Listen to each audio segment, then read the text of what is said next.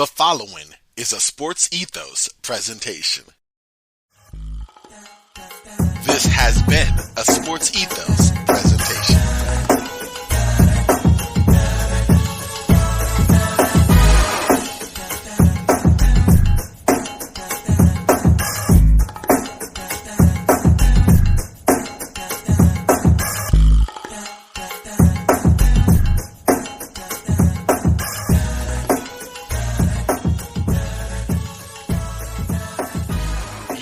Yo, welcome to another episode of Roundball Ramble. I am your host, Corbin Ford. You can follow me on Twitter at CorbinNBA. This is a Sports Ethos presentation. Like the intro says, so check out Sports Ethos on Twitter at Sports Ethos online, sportsethos.com. Joining me today, regular guest, all-around great guy, also a basketball analyst, also basketball career guru. You can find him. He's called himself a basketball career development coach, but I say guru. It is what it is. You can find him on Twitter at 2redjearl. His name's Josh Earl, ladies and gentlemen. Josh, how you doing, bro? I'm tired from a long Father's Day thing, but doing well, my friend. Glad, man. I'm glad. Definitely happy. I mean, good Father's Day for all. Happy Father's Day, just in general for all who Shout out to all the good dads. There out you there. go. Yep. You often don't get enough love and affection in the general world, but and there are some bad dads out there. But shout out to all the good dads. Mm-hmm. There it is. That's it's gonna be to all past, present, and future. Salute. That's what we say here. But we are here for part two. 2 weeks back, a couple weeks back, I want to say, me and Josh went and did our NBA lottery team questions. 15 questions, 15 teams. Yeah, that's what we did.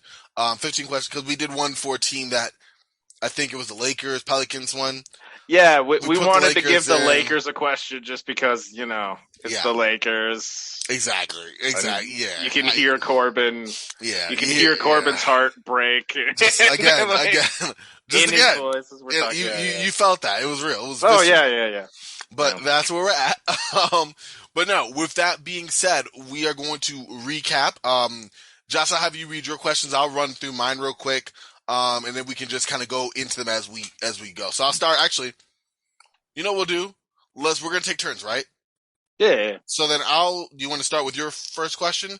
And what you can do is just read yours from 15 to 1, and we'll start with yours. All right. Or just start with one. What am I doing? I'm overthinking this. Hakuna Matata, man. Let's just roll. See, I love it. Let's do it. Let's start with the number one question you got, Josh. So the first question, just based on I think this was a pre-lotto order. So first question was like Houston Rockets, and the question was, can they actually find a second foundational player to pair with Jalen Green at number 3? Yes. And I think, well, it was about, as far as the Rockets getting that second player, I actually put, I think they're going to be okay. I think that foundationally wise, they're going to get one of the 3 top picks, right? Whether that is Chet Holmgren, Jabari Smith Jr., or Paolo Banchero. I like any of them, I think, as a foundational player, even if it's Chet, who I don't think would be the offensive tempo that Jabari or Paolo would, but I think defensively could be like a Rudy Gobert type of cornerstone, like Rudy Gobert was to Donovan Mitchell, just hopefully a better version of that. With that being said, I think that whoever they get of those 3 would definitely benefit their rebuild, and I definitely would love Paolo Banchero as a potential fit alongside Jalen Green, but just as one who I think is going to fall that way, and the player I like archetype-wise. Okay. Yeah, I mean, it'd be interesting to have. I don't think we've ever seen a young team rebuild where their 2 best playmakers are bigs. That's true. That would be interesting with Paolo and Şengün. So, and let's be honest, KPJ and Jalen Green aren't exactly playmakers. No. At least not right yet. Yeah. No, and KPJ, extension eligible. The Rockets have a decision to make on him. A bit of a, from what we at least know, volatile personality and someone who's talented, but has had some bumps. So it's going to be interesting to see how the Rockets handle that entire situation. But yeah, I agree with you completely. It'd be definitely interesting to see Apollo, Alperen Şengün kind of lineup, especially given the immense defensive concerns at that end. Yeah. Exactly. So my question for the Rockets, and this I throw back to you, and it's funny we were just referencing the recent trade the Rockets made with Christian Wood. We talked about this on the show a couple days ago. Are we sure the Rockets are ready to move into the next phase of development? So with that, Josh, floor is yours. Yeah, well, I mean, they just traded Christian Wood. I think in large part to clear more space for Shangoon and for whomever they get with the third pick.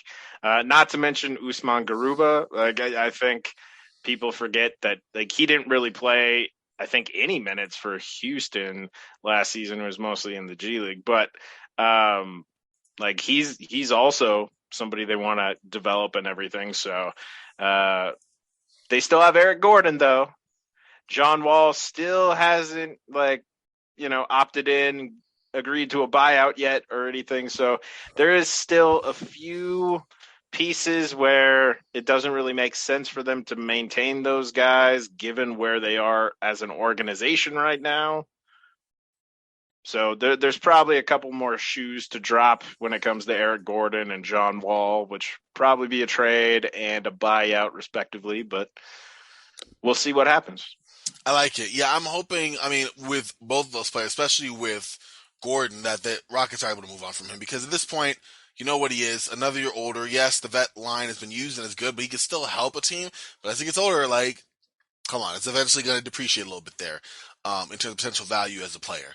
But yeah, I'm with you on that, and I think that also, yeah, I agree. That move kind of answered my own question. Figuring more space for younger guys. Hence, we are still rebuilding. So yeah, that Yep. takes that question off the board. I guess we'll start with mine and go back to yours now for the second question. This concerns the Orlando Magic, and my question was, who should Orlando take number one? Yeah, and funnily enough, I think that was my question too, because Yeah, I it's think the we had. it's the obvious question for Orlando. But um, so I think what's going to happen is that Orlando, which has a history of taking that front office, likes longer players who have defensive uh, acumen, and usually don't care too much if they can shoot or not, but they tend to like long, athletic defenders, which would suggest Jabari and Chet. Um, Chet has the ties to Jalen Suggs, but I think at this point Orlando knows like, hey, shooting does matter, and Chet can shoot, but Jabari can really shoot, and I think they're probably going to go with Jabari because he's a safer bet than Chet, just based on some of the physical concerns, even though I don't necessarily agree with those. Um, so I imagine they're going to go with Jabari, but what I think they should do is actually Paolo. Interesting. Yeah, well, the Magic's big problem is they have no like NBA level shot creators for teammates on the team. Like Fultz is solid. Suggs will get there eventually. Franz Wagner's a great complimentary guy in that regard. Cole Anthony's going to shoot it almost every time. Let's be He will honest. get those shots up. Yeah. Um, they don't really have somebody in the half court offense who can like consistently create looks for themselves and for teammates. And Jabari Smith, as good as he is, and as good as Chet is, and both of them would bring valuable things to the Orlando Magic. The only player in this top three conversation and potentially in this draft class who can come in and be a half court shot creator for a team like the Magic right away is Paolo. I mean, that is true, especially from the half court. His ability to create offense from scratch, shoot from the mid range, gets the basket. I agree. I just still love Jabari I know. Smith Jr. Like, I think again, it's weird because you're right. It's like, and I had on at this point, Keandre from Hoop Intellect. Actually had on Dan Purcell, who worked in the front office of the New Orleans Pelicans, and we were talking about best player available or fit. I know we've had that conversation, and we're gonna have it in the future in a much more fleshed out version here, Josh. Yeah. But like in this case, if you take Jabari, I'm taking him because I am thinking about fit, but I also think he'd be the best player eventually. Even though right now I don't know, just love his shooting and his size, and the fact that of the three, he is the best right now at defending on the perimeter, and I think Yeah. that helps with Orlando's switch heavy scheme. With that being said, it's weird because you're right. Paulo can create from the mid range in the half court better than I think in order of who can do it the best. It'd be Paulo, then Jabari, then Chet. And Jabari at this point, the more dribbles, the worse the shot looks, and there's Hmm. something to be said for that as well. So that is interesting. I definitely I'm seeing that too. I understand that, but it's hard to give him my Jabari love. But I can also I understand where you're coming from. I also hear you. Like personally, I would probably go with like Cheddar Jabari just because I think there's some funky things you could do with them. But if and this isn't a referendum on any of them, I don't particularly subscribe to the traditional like best player available because I think there's a lot of nuance and context in that a lot of Doesn't people get. just pass over. Mm, Um, but to me, I always operate from you should go best player available for your team. okay. So it's not fit because you don't just draft the best center on the board because you need a center. Because if the Hmm. best center is the 25th best prospect and you have the number one pick, that's stupid. But you have to factor in your own team context to determine what best actually means. And I feel like the biggest issue for the Magic, the thing that would elevate them the quickest, make them improve the most, is having a consistent shot creator in the half court. And right now, their quickest avenue to that, barring some free agent wanting to sign in Orlando, is going to be Paolo. Yeah, that makes sense. You made a good thorough breakdown of that, and I like the fact you said like, yeah, best player available, but you have to take into a heavy consideration your team construct and how that player fits in. Again, shouting something that Dan Purcell also said, which is like minutes. Like if you're gonna take this Yeah. guy, like is there minutes for this guy to play? Minutes for him to actually get that run. And yeah, you said it just as succinctly. Like make sure What you take it into account. it's the number one question you're supposed to answer as a player evaluator is how is this player going to get minutes on our team? Mm. Like they might be great, they might have NBA level skills right away, but if your coach isn't going to put them in on the court, that's not a great use of your pick, is it? No. So like you have to factor in this context, and it's easy to say so and so might have a better chance of being an all-star down the line than another person, but like, do they have a chance to become an all-star in your team's context? Because if they don't, then guess what? They're not the best player available. And That's that's just how the it unfortunate, works. yeah. Yeah, yeah, That's the unfortunate reality of the situation at that point. yeah. I like that though. But going to your question for the Endo Magic, this Same was the question. same question, so I Yep. guess we have the same Yeah, answer. Here. so Let me throw. you said Jabari, yeah. Well, What specifically about Jabari uh, do you feel makes him the number one pick for the Magic? well, see, you did such a good job of like, as I knew I'm you not trying would. to put you on the spot or anything, man. It's all good. I appreciate. No, no, I understand. No, you did such a good job, like explaining it out that now I feel I still like Jabari, right? I still think Yeah, at six there's a ten, lot to like. yeah, at 6'10" with the shot. I mean, yeah, he takes a lot of tough shots, but I can only imagine, let's say he works on that part of his game. Let's say he gets more reps being able to be on ball, which is going to be interesting with an Atlanta Magic team that has a glut of guards, whether it's, Jalen Suggs, Markel Foles, Cole Anthony. It's going to be a few. But right now, he can still get in a situation where he can thrive because there's going to be so much more space, one, but also he has potential to now flourish in a role where, I mean, let's face it, beforehand, you had guards who, could penetrate, could finish. Auburn's guards weren't bad. But now you have guys, yeah, Orlando's offense was bad in terms of open shots. But you Yes, had guys who definitely could get to the rim or try to get to the rim, yes, whether yes. that was Cole Anthony, whether it was Jalen Suggs, even though he had one of the worst offensive rookie seasons ever, whether that was even a Markel Fultz in the mid-range or get to the Mm-hmm. basket. So I think that having Jabari as like a release valve, being able to do what he does best, catch and shoot, not do a whole lot of thing and not to put the ball on the floor a whole lot, and then maybe integrate him doing some more, Mm-hmm. whether it is initiating out the pick and roll, which he did a horrible at, but like could potentially gain some reps on. Or maybe that is, putting the ball on the floor a few times, outside of just a jab step, two dribble pull up.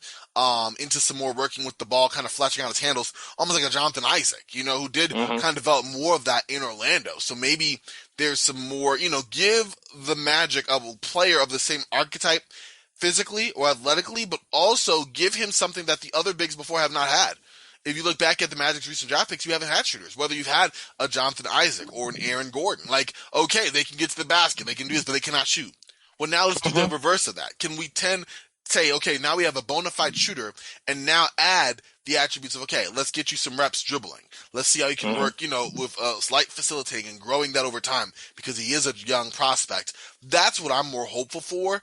And I think you have a ready-made thing that's going to fit. Like Paolo's off, needing the ball, kind of from scratch creation is going to be a perfect fit for every team.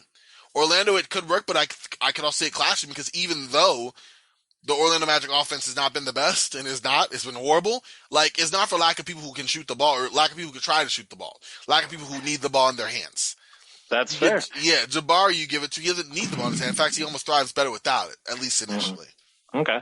So there's another, just quickly before we hop to the next question and the next team, there's another interesting element of like draft theory in this regard, which is what if having the spacing that Jabari Smith provides helps a Markel Fultz, a Cole Anthony, or a Jalen Suggs move closer to being a half court shot creator in the NBA as well? I mean, that would be ideal, right? To be able to Yeah. kind of So help like, those flourish. Again, that's if you believe in that core, I would yes, imagine. exactly. Which is a different question, Always a but different the kind of idea yeah. of maybe the best player available for your team isn't necessarily the one who's going to plug the big hole you have.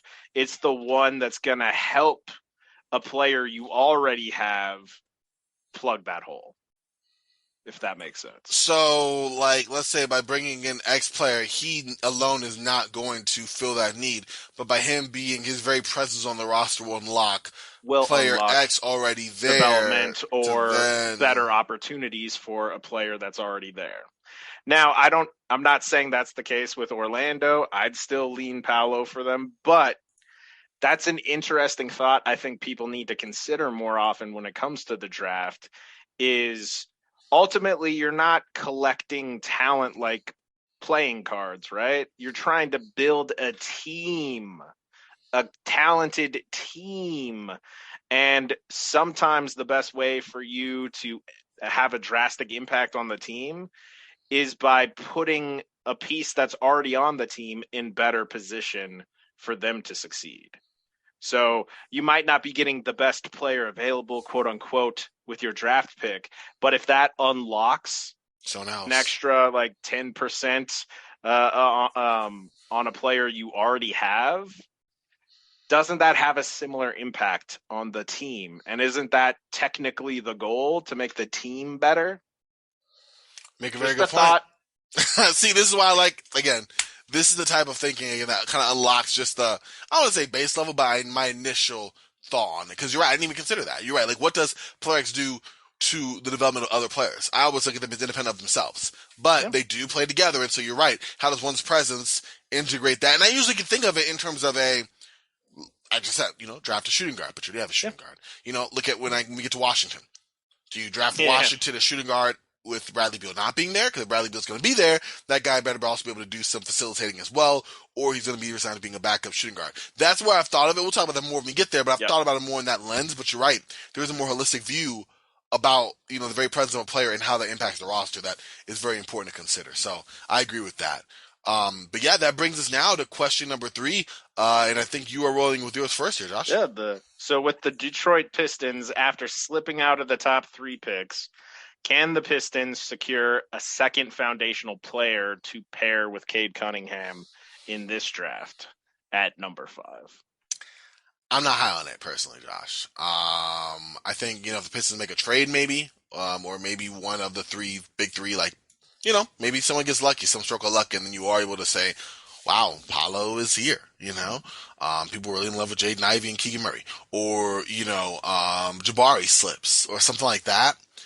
Otherwise, no. Especially if I'm looking at Ivy's out, I think Keegan Murray's the perfect piece to play right now and fit in, contribute, but I don't look at him as like a guy like that. Ivy, I think, could be if he slips there, but also, again, and this kind of something to what you were saying in effect the last question, can he be a star alongside Cade? You know, Yeah. especially while you still have Killian Hayes, whether or not you feel highly of him or not, he is still there, presumably a part of their plans as well, even though he's had two rather underwhelming years, in my opinion. So I don't see that. Maybe they make a trade and bring another guy in, and then you could say through the draft we got a foundational piece. But I don't see a player that like changes their fortunes just demonstrably at number 5 if everything breaks out as we see it. Yeah. I do wonder if this might be a spot where, and obviously they're only taking one pick behind Sacramento, but we know Sacramento wants some veteran help. Would Sacramento perhaps be interested in Jeremy Grant and the 5th pick for the 4th pick, and what's needed salary wise to make that work? Mm. I mean, And even what then, would you? like you'd probably, depending on if Sam Presti throws a wrench in everything by taking Ivy, for instance, which there have been some smoke screens out there. I think at the very least you could get Ivy in that situation, who could be very interesting next to Cade, but they're kind of in an odd spot, and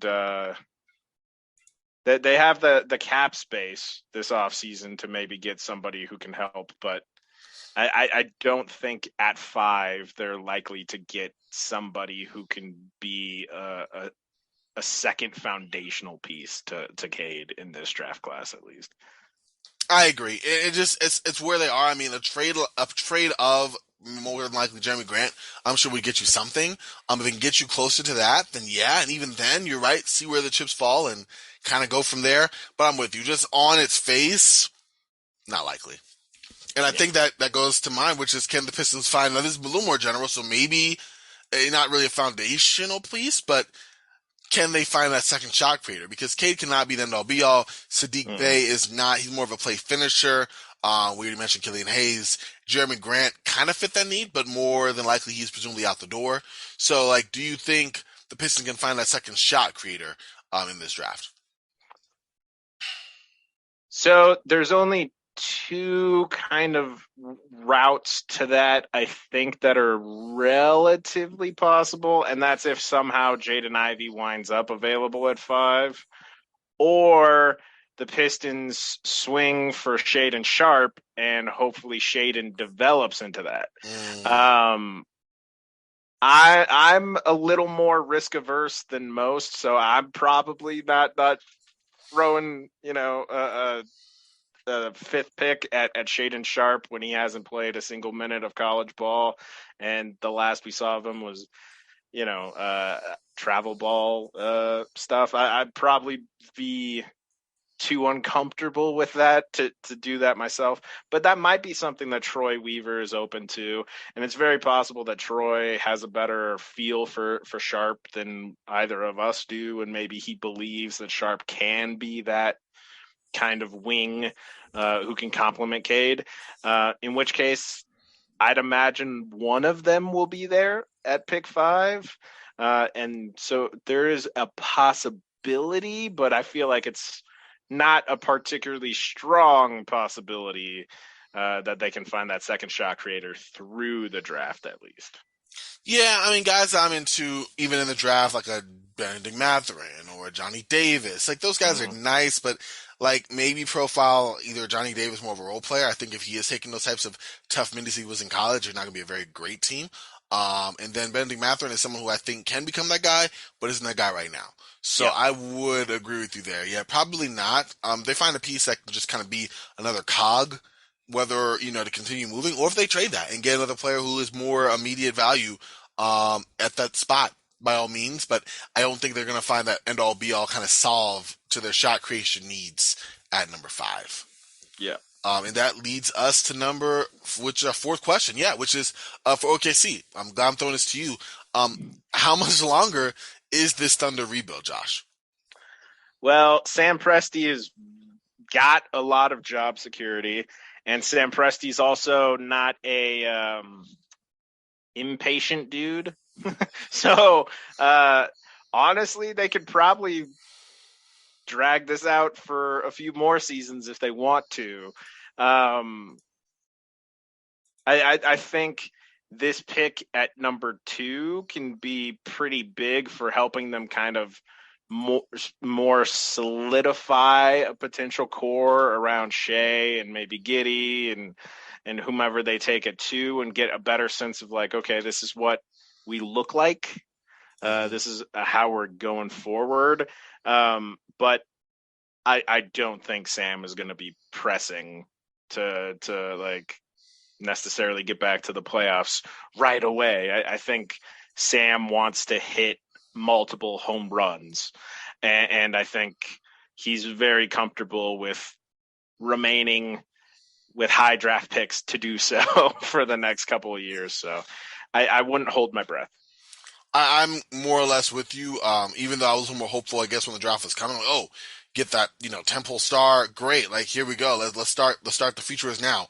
But no, the future is later. I think that you're right. Like looking at the way they've continued to kind of look forward. Yeah, even if they get that guy, let's say this Chet at 2, and then they get a bigger guy with their 12th pick. Let's say Jalen Duren or the general looks like Zubac earlier, but Mark Williams, just another center Mm-hmm. to play alongside, or a shooter, or whatever the case may be. Even now you have something of a start there between your number 2 pick, your number 12 pick, Shea Gilgeous-Alexander, and Josh Giddey, but still need to find out what's coming off the bench. That 5th spot on the squad. Mm-hmm. Bringing more concepts in terms of helping this. But we haven't seen a lot of off-ball action for Shea Gilgeous-Alexander.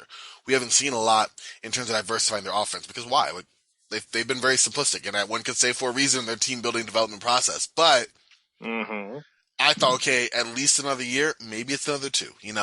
I hear a lot of buzz already for Victor Wembanyama, which I had not even heard of Mm-hmm. until the Oh past few yeah, weeks. he's very highly thought of, and Yeah, I'm hearing about the this. Thunder can very easily, with as many first round future firsts that they have, like they could have the ability to position themselves in a way to hopefully get some good odds at getting another top pick and hopefully securing somebody like him alongside maybe somebody like Chet. That would make for a really interesting front court, especially if they also started Poku.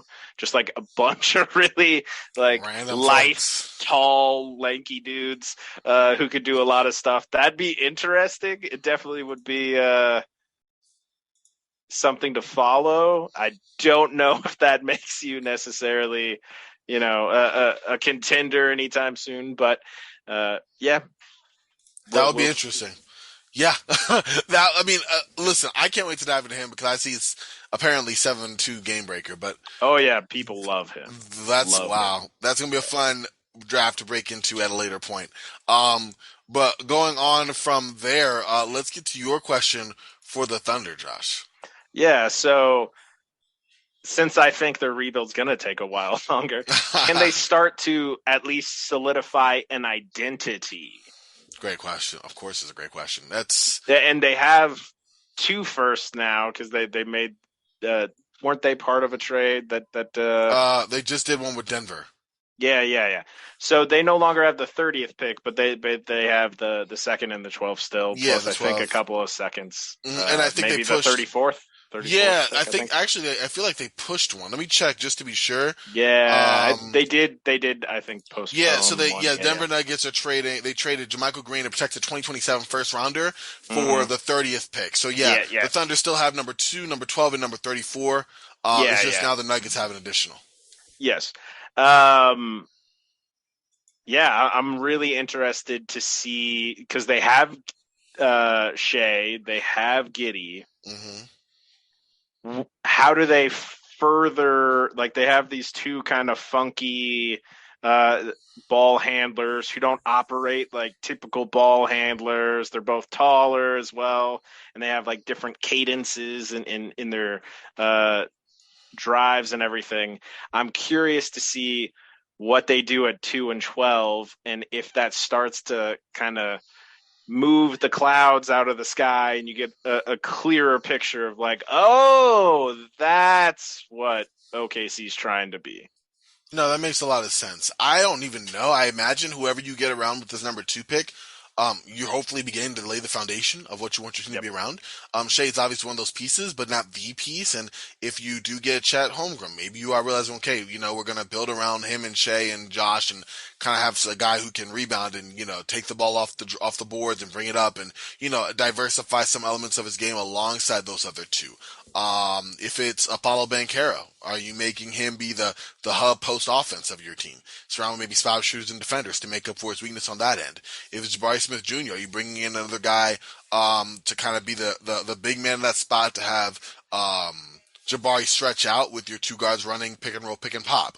I think you're right. However they get with this number two pick and the picks after this, hopefully you begin to establish that direction of identity with that number Hmm. two pick. So I definitely agree with you. It's the next best thing to one. And, this is, I think if you get one of these two guys for certain, if you feel strongly about them, they can chart the course of at least where you want to build this phase around. So yeah, Hmm. I'm with you on that for sure. Um, well, I think that links us number five. We're going at a nice little Yep. brisk pace here. I like this. We're Let's, moving. let's do it. Yes, sir. Number five. I think that's you, Josh. Yeah. So with the Pacers, we know that historically they haven't really been fond of rebuilding. Um, and so my question is, how long does this front office actually have to enact a rebuild before the front office itself is rebuilt?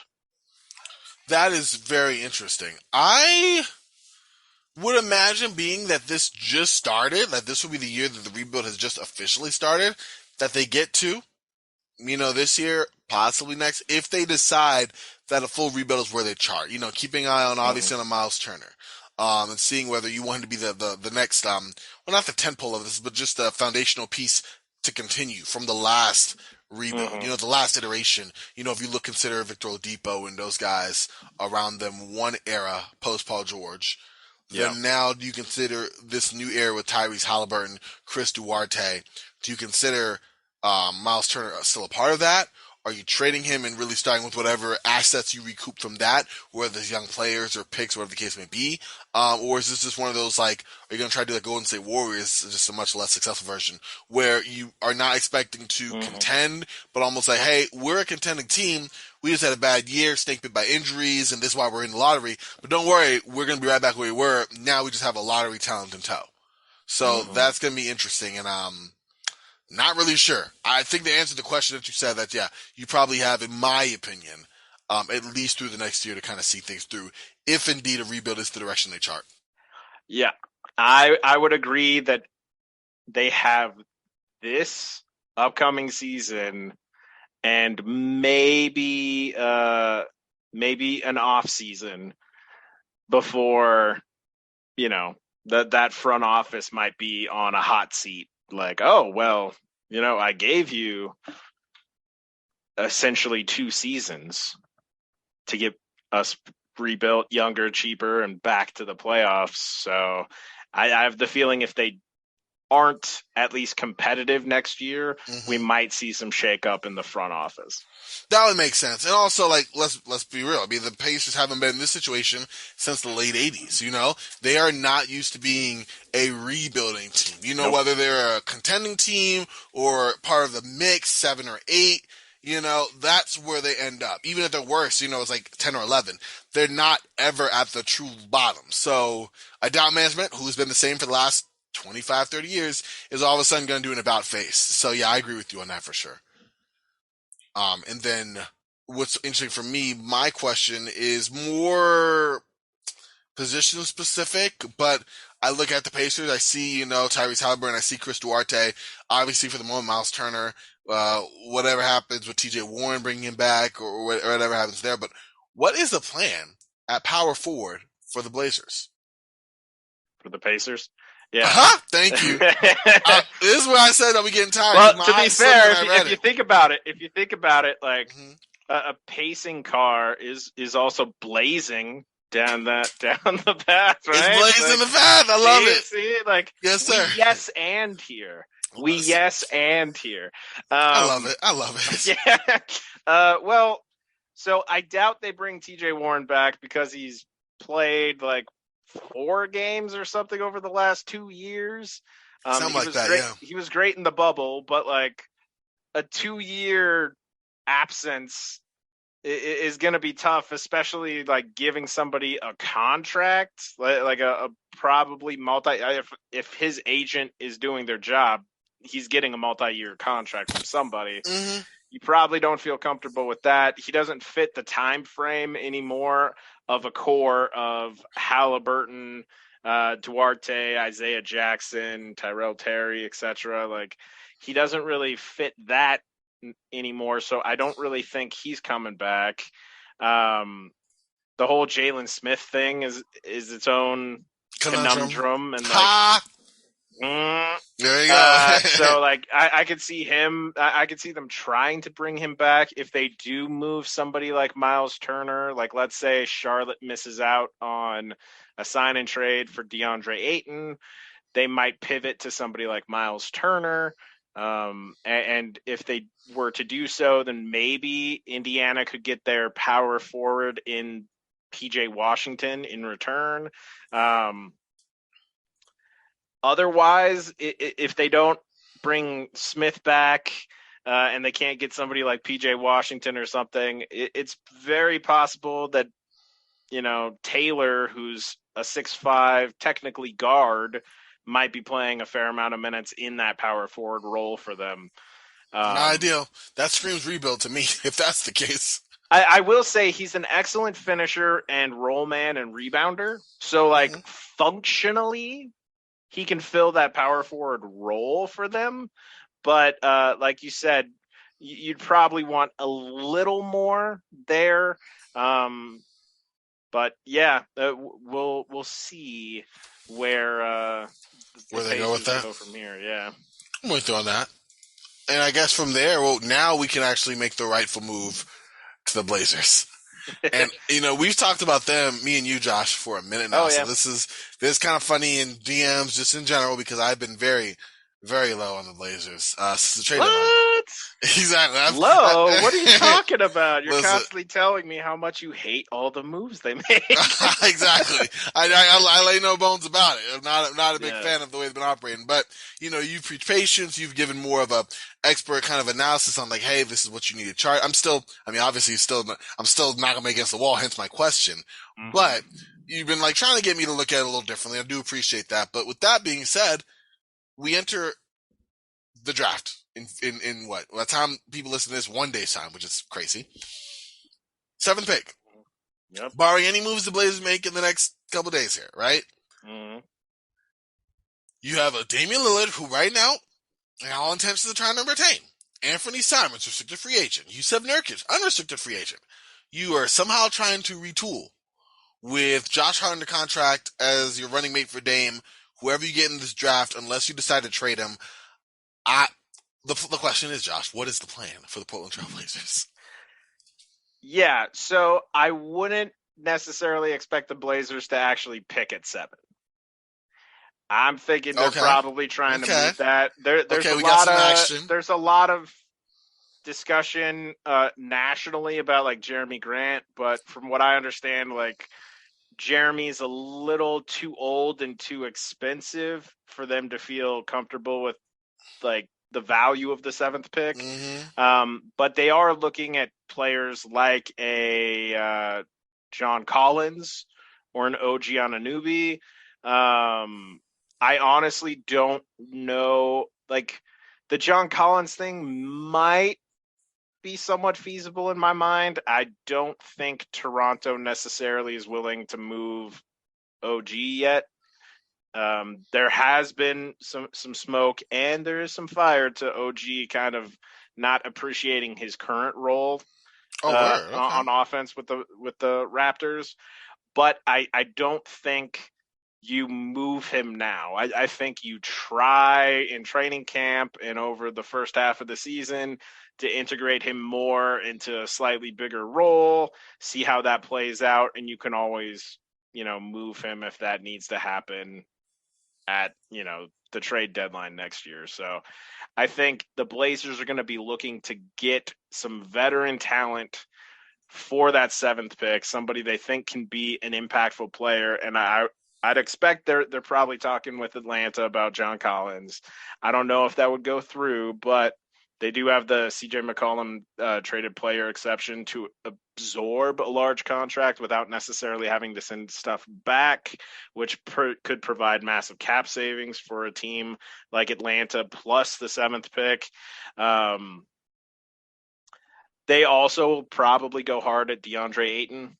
But the only way they can really do that is if the Suns agree to, Josh Hart and either like Nasir Little and other salary stuff, or Josh Hart and a signed and traded Nurkic. So I don't think they have a clear avenue to Ayton necessarily, but that's kind of what they're looking for are kind of other big impactful veteran players who can hopefully help right away, as opposed to a rookie coming in at the 7th pick and trying to, make the Blazers a strong playoff team while Dame is still here. Yeah, no, I definitely see where you're coming from with that for sure. I guess I don't know. Do you think that there's maybe a John Collins in play or someone of that ilk? Because Jeremy Grant, man, I mean, and he's been hurt a lot, but the dude's not moving the needle for me. Is he doing that for you? I mean, I like Jeremy Grant to an extent, but I can understand if the Blazers don't want to spend the 7th pick, and that was why they were so eager. They were hoping that that Pelicans pick would have, or the Lakers pick that they would have had based on certain protections. They were kind of hoping for that to come through because they were going to use that to trade for Jeremy Grant. So I think it's going to be very chest had they done that. Yeah, it's going to be very interesting to see what Joe Cronin and the Blazers' new front office do at the draft, because I don't expect them to actually, have they'll pick at 7 because that's how trades work. The Hornets did not draft Kobe Bryant. They used the 13th pick to draft a player the Lakers told them to draft. That's how these work. the Milwaukee Bucks did not draft Dirk Nowitzki and trade him. The Mavs told them, in our pre-agreed deal, please draft Dirk Nowitzki with this pick. So the Blazers will make a selection at 7, assuming they don't reach a trade before then. But I have to believe that the 7th pick is probably more fodder for them to get a veteran who can hopefully help right now. Okay, that makes sense.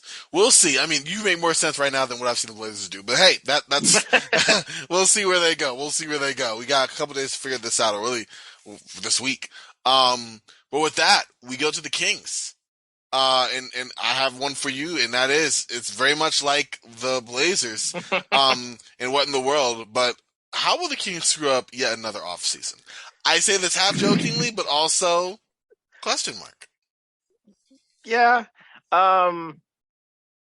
It's going to be interesting because with where they are, they really probably should just focus on nailing the 4th pick.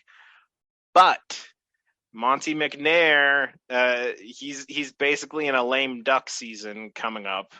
And if Monty wants to keep his job, he's probably going to have to break that playoff absence streak. So this is another pick that I think is going to be heavily shopped for veteran impact. It's very possible they stay and they take, who they think is the best player available, who also happens to play the exact same position as their last 3 or 4 draft picks, which isn't if you remember our discussion about how Orlando and draft philosophy should maybe work, that it's the best player for your team context. Yes. You might be thinking oh, Kangs. And it's definitely a possibility. It's also, though, a distinct possibility that maybe somebody like Sam Presti, who he's not afraid to take somebody higher than expected. Everyone always kind of forgets because Russ has gone on to be an MVP and everything that Russell Westbrook at the fourth pick was a huge reach, and hopefully you can hear the air quotes in my. I'm Reach doing air them. quote. Corbin can Yeah, see the I air see quotes, him. but he was considered a huge reach at that time. Um, so I don't think Sam's afraid to maybe take a Jaden Ivey and think like, hey, we have a three um, kind of ball handler perimeter with Shea, Ivy, and Giddy. And it's possible that one of the, you know, Jabari, Chet, Paolo become available to the Kings at 4. So it's possible they don't screw it up. Um, but it's unfortunately it's the Kings. Like they kind of have a history of doing Of this. doing just that. That to give credit to their current staff and everything. Some of this is from previous regimes. It's hard to necessarily put that on them per se, but um, I don't know in a draft class where most people consider this to be a clear top 3. And obviously a lot of people like Ivy too, but like I don't know what kind of veteran talents are available for the fourth pick in this draft class, barring a surprise in the top 3. I feel you. I'm kind of in that same mind. I don't see. I mean, if they make a trade for a guy that's not going to work, I can see the Kings making a trade for a player that doesn't mesh well. Let's say you bring in another front court. Let's say you make a trade for, I don't know, Miles Turner. I'm being Mm-hmm. ridiculous in saying that, but a That would player be who hilarious, by the it way. really would, it really would. But a player who obviously doesn't fit with DeMontis Sabonis, you trade away your pick for, like that is what I would be like. Are we being Kings? You know what I mean? Trading a pick for a player, yes, in the right situation would be someone that normally be like, wow, like yes, I like this. I like this player, but I don't like him with the Kings playing alongside DeMontis Sabonis and De'Aaron Fox. Like let's say he's another non-defender who needs the ball in his hands to work. That's not going to work. De'Aaron Fox needs the ball in his hands. DeMontis Sabonis has to put the ball in his hands. So just a little bit. Not really, but as a hub, high post passing guy, low post kick out, that sort of thing. You want to have a player who makes sense there. So I can see the Kings, releasing a valuable asset in their number 4 pick for a player that fit right and just misevaluating, zigging where they're zagging, kangsing where they should be kingsing. I don't know. That was a joke. I really hope the Kings front office better than that because the Kings fans, man, I know so many on Twitter that really, really deserve it.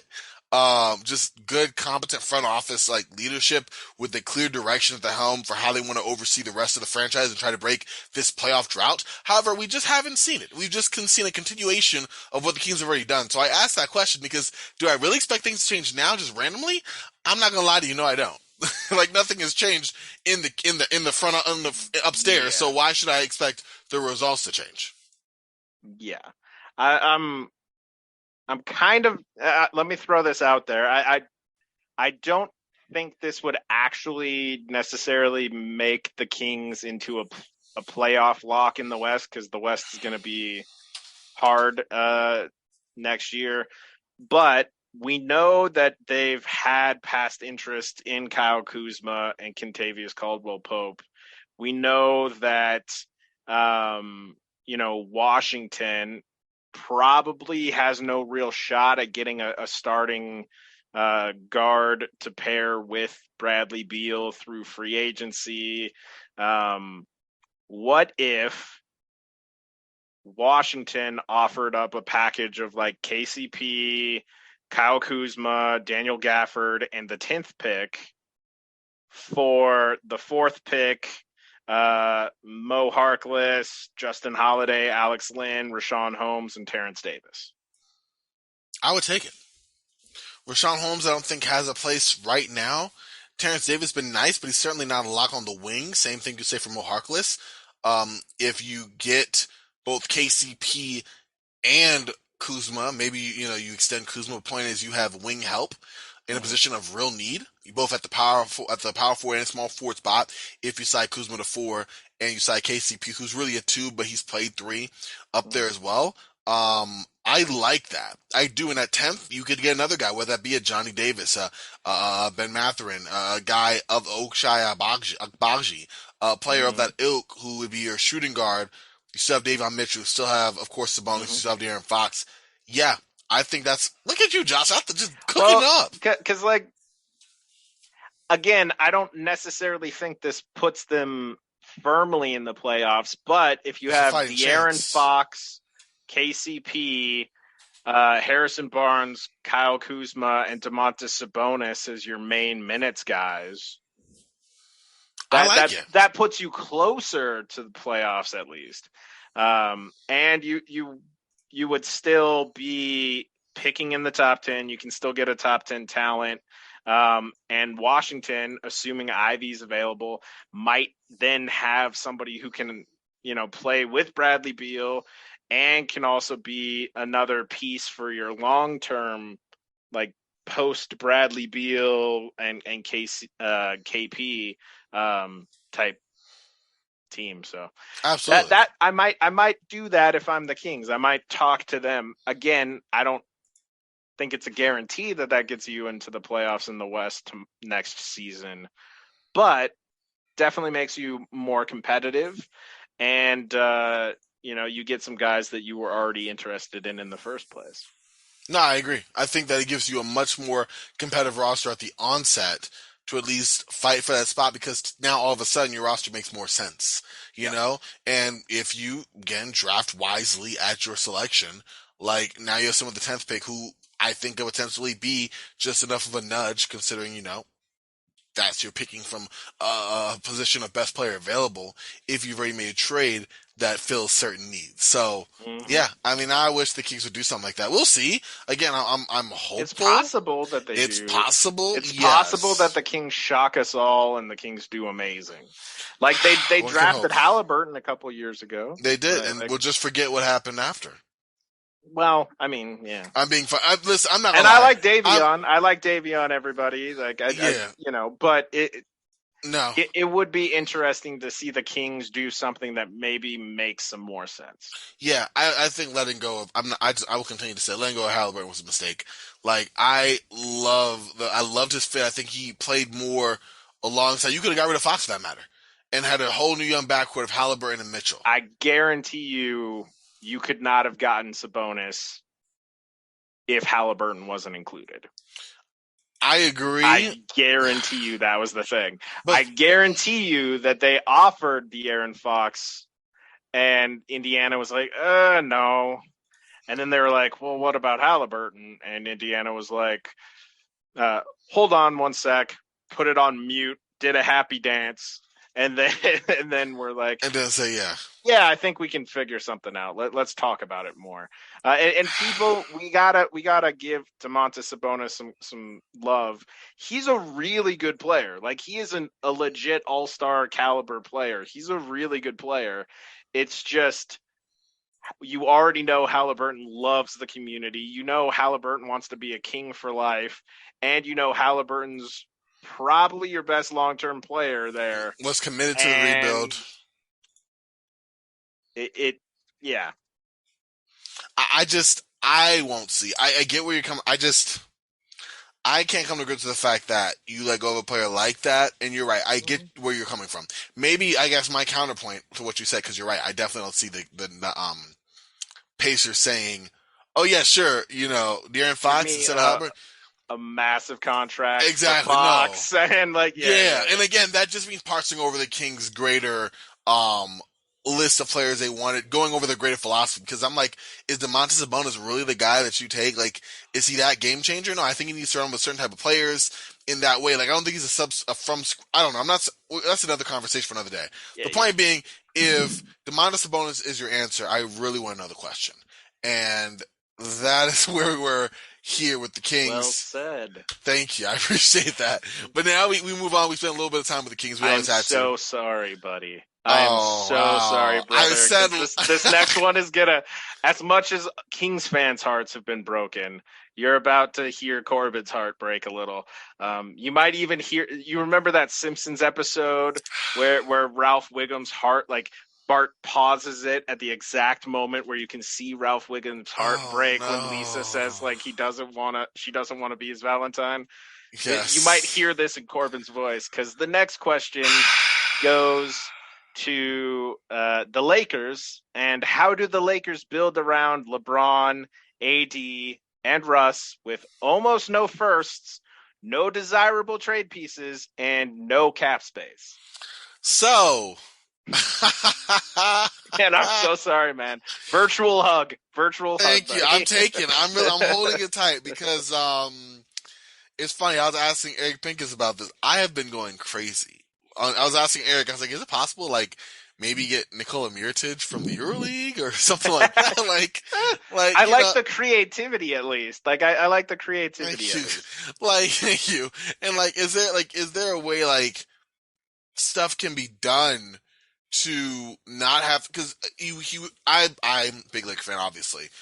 Rob Pelinka said that he's going to just totally reconstruct the Lakers roster, which was going to happen the minute that all those contracts were signed because all of them were to veteran minimum deals. The only problem with that is that due to your financial situation, you're just going to bring in a brand new crop of veteran minimum deals. But then Rob threw in this other wrinkle and said that we're going to get younger. And at that point, I go, how? And everyone I ask that has any, we've talked about this. Like anyone, like how are the Lakers gonna get better? It's always, well, LeBron AD healthy. Let's see if you could trade Russ. Are you willing to part with that 2027 or 2029 first round pick? No. Okay, well, you already have a cap on you. Who are you going to bring alongside? Hopefully maybe a guy like an Otto Porter Jr. I'm like, oh my God, injury ridden. I don't know. I like the player, but, Mm-hmm. or Gary Mm-hmm. Clark. Oh my God, just found his shooting back. Also injury ridden. I don't know. And you bring in all these other players who in themselves, while solid at one point in time, are now questions concerning a Lakers team that, yes, while Otto Porter and, in this case, Gary, I just said it, Clark. Gary Clark, thank you, I didn't mean to say Gary Clark. Wow. You meant Gary Payton. No, I meant, I'm looking at it right now. I meant, oh my gosh, I'm blanking out on the name, Gary Harris. Oh yeah. Gary Clark, shout out to Gary Clark, also NBA player. I would be shocked if Gary Harris doesn't maybe wind back up in Denver. I've heard a lot about that. Where there's smoke, there is fire, and that does make some sense for sure. Plus, yeah. But like, if you're looking at like who the Lakers bring, like there isn't. I mean, what more two-way players? We're getting more Wenyen Gabriel types. Hoping that the Wizards don't pick up their guarantee on Contavious Caldwell-Pope and maybe bring him back. Like, it does not look good. It just doesn't. Filling out the rest of the roster with veteran minimum after using their mid-level exception. Like, yes, great. We have a Laker, by the way, in Kendrick Nunn, who didn't play all last year. Let's see what he brings to the table. Like, this is depressing, dude. Honestly, it's depressing to talk about. I don't even know. Yeah. You have to roster. I mean, you're going to be rostering 10 minimum players. Basically. Well, basically, at some point. I mean, at this point, I mean, you were Mhm. already rostering 10. Now, I mean, you got a few other guys. You have LeBron, You AD, got Reeves. THT, Yeah. Reeves, Stanley Johnson, Wendy None. Gabriel, Yeah. and none. That's it. Yeah. Can we bring back Malik Monk? I'd like it, but based on what we saw on his Instagram, and I hate that I'm saying that, Probably it not. seems like he's probably going to get the money. Yep. Yeah, And that's he's going to definitely hurt. going to get money. Because that was the one off-season move the Lakers actually nailed. A guy who produced, who was young. The only problem is he couldn't be retained because we didn't give the middle-level Had exception no to bird him. rights. Yep. We gave it to none. And I mean, on his head, based off of last year, I get it, but it's just. I'm sorry. I'm having a conniption. We're stuck, Josh. We're stuck. Yeah, it's a weird situation too because there's not a lot of clear avenues beyond like getting people to sign for minimums or the taxpayer mid-level because everyone and their mother and yes, I'm sure there are Lakers mothers on Twitter and stuff who are saying this as well. Mm-hmm. I don't think it's hyperbole to say that. Uh, for some reason thinks like, oh, well, we can move THT's contract none and the 2027 first, and we'll get an impactful player. No, you won't. Nah, that works. I'm just saying it outright. Like None didn't play last year. None's got a background that some teams are going to shy away from in the first place. For good reason. THT did not have a good year at that dollar amount that they signed him to. And you have to remember the 2027 first, even if you leave that completely unprotected, that is an 86% chance of not selecting first among current eighth graders. It's not like we're in 2020. That's 5 years out. That's 5 years out. I'm sorry, Lakers fans, but that pick is not as enticing as you think it is. No, it's It not. It's not. really isn't. Yeah. So like this now that said, there are smart like ways you can approach this, and it's possible you do have LeBron, AD, and Russ. Like you do have guys there that can be really impactful. The trick is, can you build a really smart, inexpensive team that maximizes those guys? That's the question. And I don't know. I don't trust our front office to do so. I trust our scouting department, or not our. I trust Lakers scouting department to pick those players because they've done that already. You know, you look at the core of the AD trade was off of drafted players that the Lakers front office, found. Whether that was Kuzma, 27, Alex Caruso undrafted, whatever the case may be, Austin Reeves here undrafted. Yeah. THT, I don't think he deserved the contract, but there was some intriguing value at one point in time with that. So when you're looking at it, it's like, I don't know. At one point in time, yes, the front office did a good job in terms of understanding, okay, this is where we can find an actual player. Now, when it comes to how to retain that player, when it comes to pieces around said player, when it comes to, okay, with LeBron James, maybe not surround him with non-shooting ball handlers in his very first year.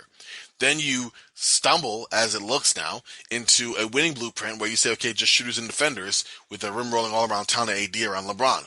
Boom, that gets you a championship. So what do? Less defense, more offense. Bring Montrezl Harrell and Dennis Schroeder. That doesn't do the results. Okay, so then you go, okay, injuries happen. Double down. All offense, no defense. Russell Westbrook. Negate some of the offense. Let's get it. And here we are. So, do I trust? The Lakers have only self-destructed in the years past. Like, there's no reason I have any trust in their process, and this is why we're here now. But yeah, yeah. To answer your question, no, I don't have faith. I'm gonna ask you a much simpler question so we can move on from there and get to the next question. Can Lakers get themselves into this draft, Josh? I mean, in theory, they can buy a second round pick. It's I'll possible. take it. They have money. They have money. They can buy Mm-hmm. a second round pick if they want. I don't know how much that really moves the needle. No. The thing with the Lakers is they're a franchise that's always swung for the fences trying to hit home runs, right? Yeah. What they need to do right now is just get on base with every single roster decision they make this offseason. They just have to get on base with every single one. If they can do that, they might have a chance.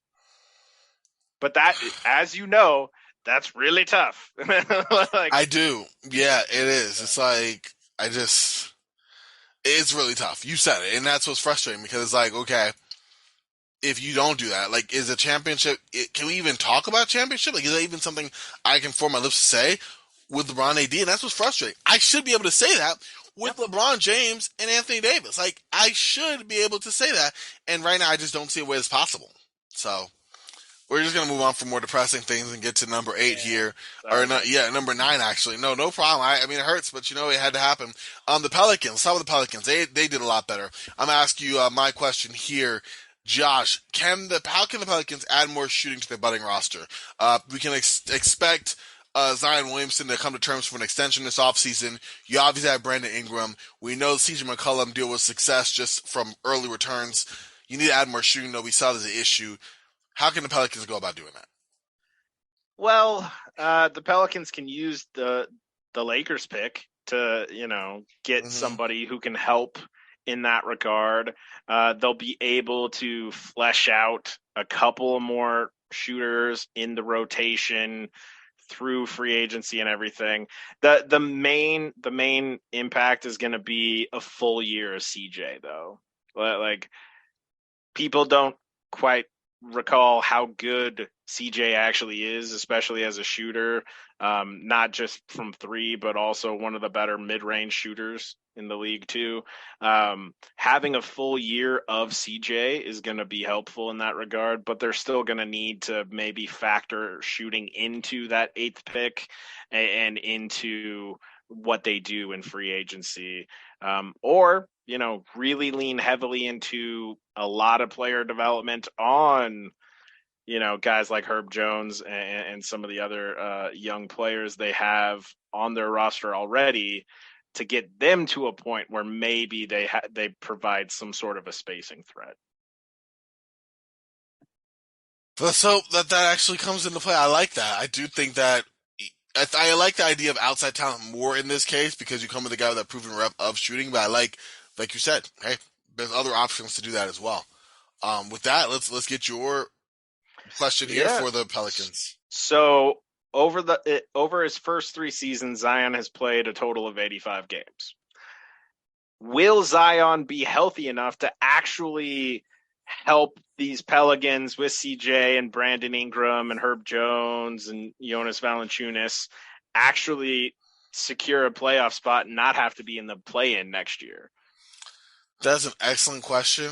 I am going to go and say yes. I think that Zion has just had not even a history of injury, just like one bad one after another. One weight related to kind of kick off everything with that foot, the rehab off the foot, kind of re-aggravating it, and then just over like the way the Pelicans rebounded this way was kind of unexpected, I guess you could say.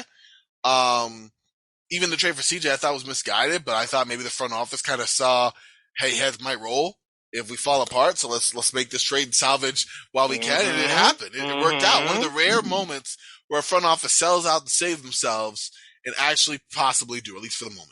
So now you're sitting pretty, hoping, okay, Zion is fully healthy, looks great, and now we're going to off season of just maintaining, that working with your new teammates. He's probably in a better spirit knowing, okay, we have a team now. When I was first came here, like it was rough, and now we got some guys here, like they're on the rise. We're young, we look good. CJ's here. I think that helps his spirits as well. A little bit of money doesn't hurt either. And It'd I be a think lot more than a little. there you go. But with that all being said, no, I think that's a lock. I think that he comes in. I do think it's going to be something to monitor for his career. I mean, a guy like that playing style, the type of body he has, a lot to kind of work, a lot of force to play with. So I think it's something that constantly monitor. But with that being said, I like it. I like his odds of staying mostly healthy. I appreciate the optimism, and for Pelicans fans, I hope that is true. I wouldn't put money on it just because I'm a big believer in like prior history should be what we start from for predicting the future, and Mm-hmm. that injury history is a little concerning to me. But like you, I'm hopeful that he will play more next year because I think a healthy Zion is always good for the NBA. And I think with CJ and Herb now on the team, like that could be a really interesting team if they get off to a good start. Absolutely. I'm agree with you in the same way. They have a very eclectic bunch that somehow work together really well, and I think they can only grow. They're all young. They can get better. CJ being the one kind of old head there and still being able to cook at his age. He's only 32. I think it's going to be fine. So, yeah, I'm with you Yeah. there. um, Going to the Spurs. Yeah. So, yes, you first. main question with the Spurs here is just what are they really trying to be this upcoming season? Because like they're always kind of competitive. They're always around the play in, at least. But what are they? What are they really trying to accomplish here? I've tried to think about this. Like, I've really tried to like settle in and wonder what the Spurs were going with, and I'm no closer to understanding the Spurs' possible direction than I was. I mean, they have decisions to make for sure. I think if they were trying to push the full rebuild, I would try to look to trade maybe DeJounte Murray. You know, I would look to maybe looking at Jakob Pertl, like moving some of these guys that are in their prime, approaching their prime to fully reset, but they still have them. You have Lonnie Walker, restricted free agent. You know, I don't think they're bringing him back. He's had an uneven couple of years in San Antonio, not really moved the needle one way or the other. Only been consistent in his inconsistency. So that's been a problem there. But at the same time, you don't have one guy to, okay, this guy's going to be our leader, in terms of best player. Like, where does that put us? You know, right now, your best player is DeJounte Murray, arguably, and that puts you right where you've always been, over the last 4 years, which is just kind of in the cusp of the play in out of the playoffs 11th, selection in the draft. Not super great. And we haven't seen anything as of this moment right now that we're recording to make me think they're going to do anything different to change the path they've charted, which is to kind of continue to be in this area. So do they make a trade of their draft pick, package out the player, try to get a player that's more win now? Not the Spurs way. It hasn't been something they've done traditionally. You know, what they have done, it seems like, is draft the player there who is going to be another team connecting guy, you know, sneaky talent or a young bet on his upside type play, maybe, you know, a foreign talent. Bring out the same core and run this back. And so I'm going to say the Spurs do that again. I don't like that. I don't think that actually moves the needle. If anything, they might be lower, not because they're a bad team, but just because if we look at teams that were, you know, unhealthy, possibly being healthy, you look at the Los Angeles Clippers, you look at the Denver Nuggets, you look at if the Lakers have bounced back, maybe they're not as bad, but you look at teams on the rise. The Memphis Pelicans, Grizzlies, if Zion, Pelicans, yeah, if Zion's Timberwolves, healthy. you Yep. know, Yeah, like yeah. these squads are all going to be up there and the Warriors aren't going anywhere. The Mavericks aren't going anywhere. Those squads are already there as well. The Jazz might move down. The That's Suns and potential. the Jazz might Yes. slip a little A bit, little bit. but they're Yep. not going to fall out of the playoffs. Exactly. So with all that being said, the Spurs, just because of, I don't even want to say subtraction by, I don't know, subtraction by not doing anything. I don't know what the word would be for that. Like they lose ground despite doing nothing. They lose ground Yeah. because everyone around them got better. That's how they lose ground. And so for that, I say they kind of keep the same path they've had. Yeah. I'm expecting that to be the case. And I'll let you ask your Spurs question before I mention something I think they might do that could, I don't think it would necessarily move the needle a great deal, but it would kind of show what they're maybe trying to be. Okay. So I'm gonna get that from you, but let me ask you, I guess my question is the same kind of similar one for you. Can the Spurs find their next centerpiece? Because we just haven't seen it. Yeah. Well, first off, like Kawhi and Giannis were taken with the 15th pick. Jokic was taken with the 41st pick. So it is possible. Is it likely? Probably not. But, you know, it is possible. However, I do think there's a way for them to get more competitive next season. And they're one of the few teams that's actually going to have near max level cap space. DeJounte Murray is friends with Zach LaVine. I don't know if Zach LaVine necessarily would think San Antonio is a better fit for him than Chicago or another team, but I could see them maybe going for a Zach LaVine to pair with DeJounte Murray, Keldon Johnson, Devin Vassell, and Jakob Pertl. Interesting. Okay. I like that. I guess, I mean, he would be on paper the best player off the top, right? That's good, but then I guess it almost feels. Does that feel almost DeMar DeRozan to you? Oh yeah. Okay, but I mean, part of part of the rumors, at least around LaVine right now, and I don't really believe them that much, is that LaVine kind of wants to go back to being the man, because a lot of the fourth quarters he was watching DeMar do his thing. That would be ironic. On the Spurs, he would be the man in that regard.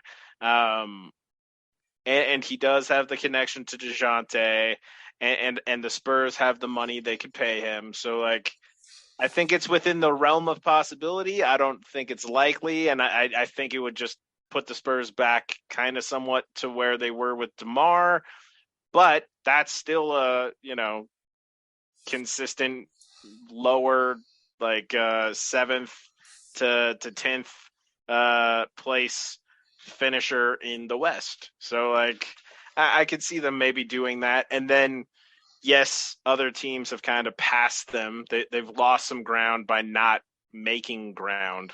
But if they added Levine, I think they would just be right back to where they normally are I see in what you that mean. pack of yeah. Yeah, they'd be right back there. No, it makes sense. You scare money don't make none in that way. So Mm-hmm. I'm with you on that. Yeah, that's better than what they have now. I would rather take that option than just trying out the same group, especially if you have Greg Popovich again at the helm. You know, Mm-hmm. just Yep. the fadeaway in mediocrity as a coach in that way just doesn't sit right with me at all. Yep. So I'm with you for that for sure. But okay, yeah. Now we are moving on to the Wizards. I feel like Mm-hmm. you had something you wanted to share. No, I was kind of. Uh, we talked about that possible Kings trade There we go. idea with the Yes. Wizards. That will probably come into play in my answer to the question that you have. Okay. Oh, for the next question here. Yeah, yeah. All right. Well, without further ado, let's not keep the listeners waiting. Where is the Wizards' next long-term backcourt partner for Bradley Beal? This is presuming that Beal does not turn down the money to go team up with He will Dame not Lillard, turn down the money. as I've heard. Yeah, exactly. Yeah, This is yeah. presuming that he will stick around, which I don't know about you, Josh. That seems to make sense to me. So with that being said, you're the Wizards. You've gone through, the point guard potpourri, year before, alongside trotting out, Spencer Dinwiddie. Before that year, you had the ever electric Russell Westbrook experience. And before that, you had a potpourri of point guards again. Before the Mm-hmm. year before that, we had John Wall. So that's 4 years and like 13 point guards and, combined maybe 500 record. So with all of that being said, Josh, where is that player? Yeah, so I did outline a potential way that they could get somebody like a Jaden Ivey by Mm, making that trade with the Kings. Um, I do think it's unlikely for them to secure a starting backcourt partner for Bradley Beal in free agency. They don't really have much they can offer. They definitely don't have enough to entice Tyus Jones away from the Grizzlies. They definitely don't have enough for Jalen Brunson. Um, then you're getting into guys like Daylon Wright, who could help, but like you know, it probably isn't what you're looking for there necessarily. mm, Um, the only kind of potential free agent that I think might be interesting here, and you have to factor in that Bradley Beal's probably going to spend more time on ball than off, is maybe going hard at somebody like Gary Payton Jr. interesting. Because then Former you Wizard. add a strong defender. You don't necessarily need somebody who's running the offense and stuff. Bradley Beal's going to have the ball in his hands a lot. That's if you're going free agency. I also think the best route for them is through trade, whether that's trying to get the Kings' fourth pick and going for somebody like Jaden Ivey, and you're trying to go that long-term route, or you talk to Denver. Denver has a big lack of perimeter defense. And Denver also, with Jamal Murray coming back, has some degree of depth when it comes to point guard. Bones Highland had a really good rookie year. They feel like he can play some more backup point guard minutes. So if Murray's healthy, Monty Morris and his larger contract might be potential trade value. So maybe if you're Washington, you reach out to Denver and you offer Denny Advia and Kentavious Caldwell Pope for Monty Morris and Will Barton. I do like that. I do like that. Because then I guess you get that more, and it looks like the Nuggets might be trying to make a cash saving move. Mm-hmm. We've heard a little bit. I know Duncan was just recently talking about that, like in regards to, they got some guys who make some money, and maybe Monte That they Morris do. be a casualty of that, but would also be a nice fit as a guy who could help his own team. We saw him do it much of this past year in Denver with the absence of Jamal Murray, and yeah, I think I like that fit alongside Bradley Beal, especially because he doesn't need the ball per Mm-hmm. se. He can play almost like they expected Spencer Dinwiddie to play, shoot the three Mm-hmm. solidly off the ball, create some offense as well, but not be relied upon to do so. Yeah, the more I think about that, I like that one the best. And like never turn it over. Which is something exactly, yeah. Yeah, and I I live in Denver, so Jokic is my favorite active player. I would love to see them add some perimeter defense and Contavious Caldwell Pope and Denny Advia. And for the Wizards, not only would you be adding Monty Morris, but Will Barton can serve as a backup point guard as well and can play, backing up Beal or play alongside Beal for stretches too. So like the Wizards' big weakness right now is kind of on ball playmakers outside of Bradley Beal. And the Nuggets' big weakness right now is perimeter defense. And maybe there's a happy trade marriage there. I like it. It's possible. It's in play. It's in play. Both teams get what they want. Both sides win. Like you said, that's kind of the goal of a trade, at least for both teams to think that they have won that trade. No team would willingly say, okay, we're going to take that L in a trade. So I definitely like where you come from with that, and agree with you there. And I think that leads us right on to the Knicks. Let's go right on without question. Yep. We have gotten a length of a show for y'all. Hope y'all enjoying this. Oh, But yep. for the Knicks, who is the next Knicks point guard? I didn't realize how player specific I had my questions until looking back on this. To be fair, like the Wizards and the Knicks, it's pretty clear positional thing right now. Yeah. I didn't waste any time apparently in trying to identify. Okay, question mark. Where they do here? Hey, that's gonna enlighten me next year. But Josh, let's get your analysis on that for the Knicks. The answer is likely Emmanuel Quickly. Like they don't have the cap space to pay Jalen Brunson. They don't have the cap space to pay Tyus Jones. They'd have to engage in sign and trades on both of those guys. And if you're Dallas or Memphis, why would you agree to that without getting somebody like Obi Toppin or RJ Barrett in return? Good point. I mean, you would, yeah. That's again, if you're looking for value, looking again to win the trade, why would you give up one without getting anything that you consider back in this way? Yeah, I agree. 100%. Wow, I guess to answer this question, my joke of an answer, but also I think maybe the Knicks pursue one in the back end. Maybe it's Dyson Daniels. I was really high on Ty Washington, but I realize now he's kind of slipping the back. I still like what he brings to the table. More than likely, I agree it would be Emmanuel Quickly, but I also think, just to diversify the answer, I like Ty Washington if he is still available there for the Knicks to select. Also, CAA loves Kentucky players. Some more love to Ty. I love it. I love it. There we go. Yep. All right, your next question, sir. My next question is: can the Knicks bounce back to their previous year's success while focusing more on their younger players' development? Because they have some interesting young players. They have Quickly, Barrett, Obi Toppin, like Mitchell Robinson, who's going to be a free agent. He's still just 24. Like they have some young players who are very interesting, but Thibs doesn't really play youngsters big minutes.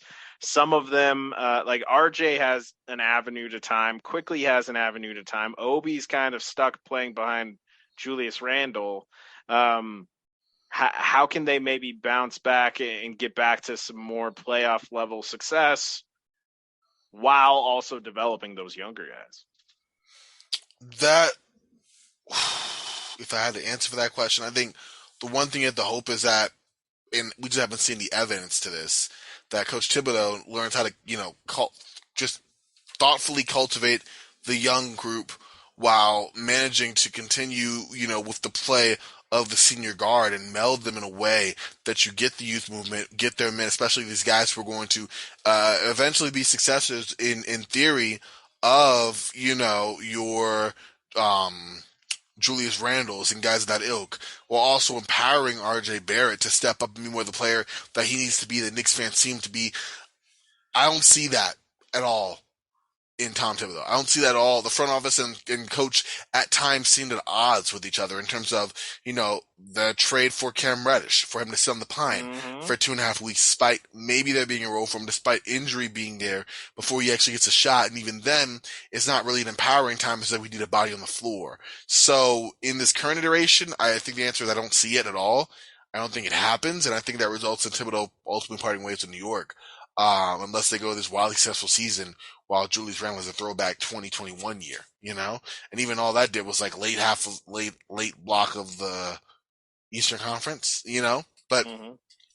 that's what I see. I think it's a lot for a coach who has not shown that any of his previous stops that this is what he does. I mean, last time he played a young player, just Wolf, I guess, Andrew Wiggins and Karl Anthony Towns were just kind of no-brainers in Minnesota. Derrick Rose was You a can't no-brainer not in play them. Chicago. Yeah, Yeah, yeah. so you can't really point anytime that he did kind of empower these younger guys, you know? Tibbs the Tibbs guy. There's a reason Taj Gibson's still in the NBA, you know? And I like Taj, but I'm just saying. So yeah, that's my answer is glum as it may be. Yeah, I tend to agree with you. Definitely. All right, so now we are moving on almost there. We are now 3 teams away. The Clippers. There's a question that, looking back, I think is laughable because maybe they don't even need to answer it. But, Josh, can the Clippers continue to shore their point guard depth? Yeah, well, I mean, they have Reggie. They also have a lot of wings who are capable, when healthy. Let me Mm-hmm. throw that heavy caveat in there. When healthy, they have a lot of wings who can at least bring the ball up and initiate the offense, even if you wouldn't necessarily consider them an NBA starting point guard type. Like Terrence Mann can do that. Amir Coffey even did that a little bit. Paul George, Kawhi, obviously, if either of them are healthy and play more games, like it's not that big of an issue. Also, they're really high on Jason Preston. He missed basically all of his rookie season, but I know that they think very fondly of him.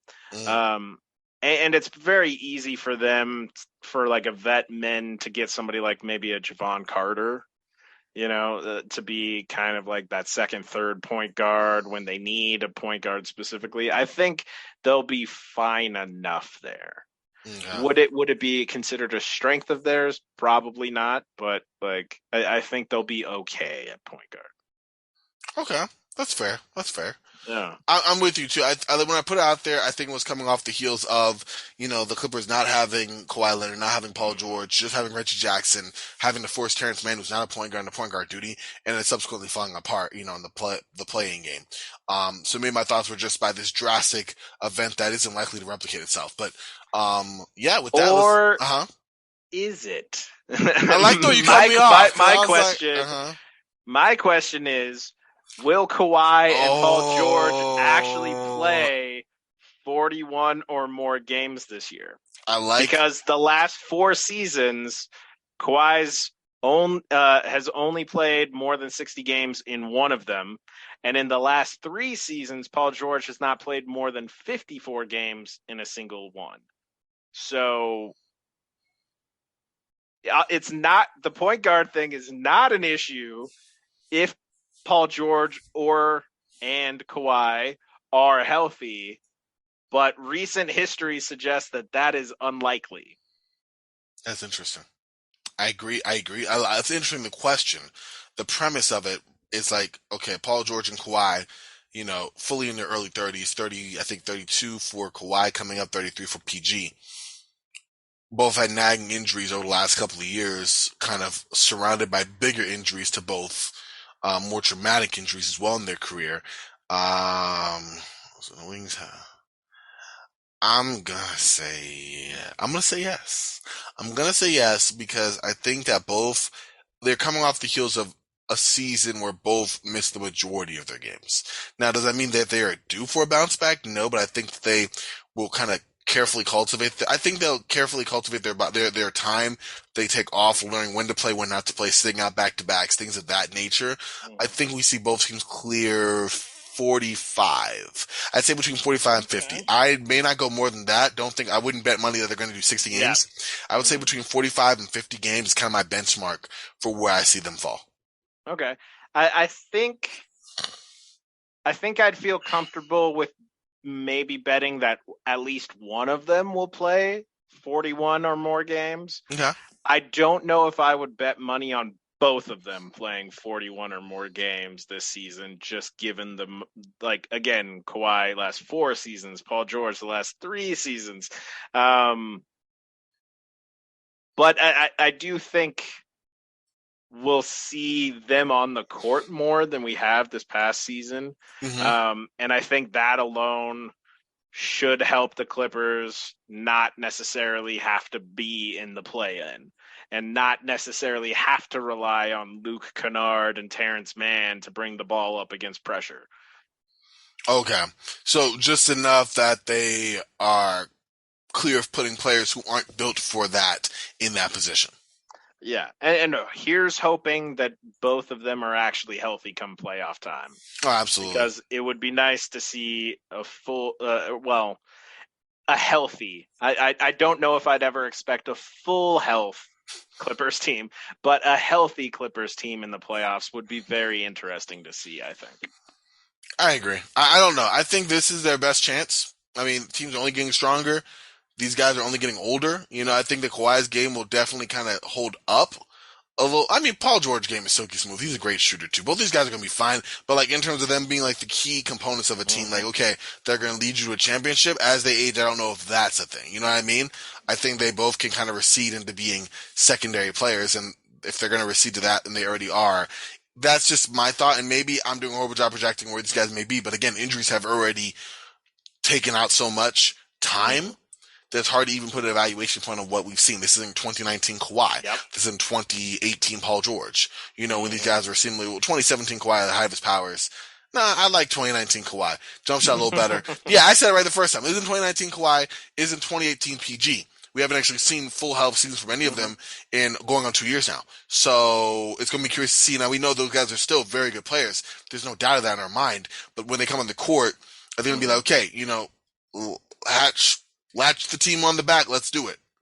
If you're only getting Mm-hmm. 43 games a year out of them, you're probably going to end up where you were, where you end up soaring the playing spot. You might be dangerous, but let's hope one of those guys are available for the actual playing game, because you don't want to have one battered up and one on the bench going up against a Mm-hmm. desperate Memphis team or Minnesota team or whichever team happens to find themselves down there come playoff time.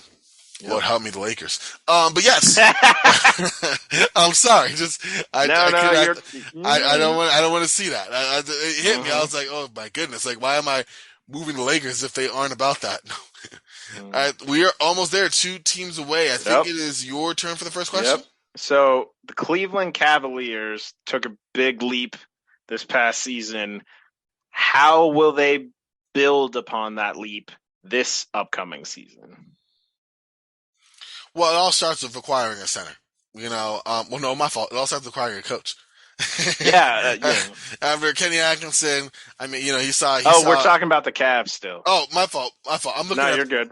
Wait. Hornets are next on the list. Oh, Yeah. I flipped them. I flipped them. Oh, okay. Oh Yeah, man. Well, for yeah. the Cavs, okay, then it really does come with a position. It's my They question, definitely so have a it's good funny. coach. Yeah, They yeah. definitely the Cavs have a good coach. I didn't like the front office starting out. I do like it better now. It all starts with their wing help. Like, what are they getting there? Is Cass LeVert your answer there?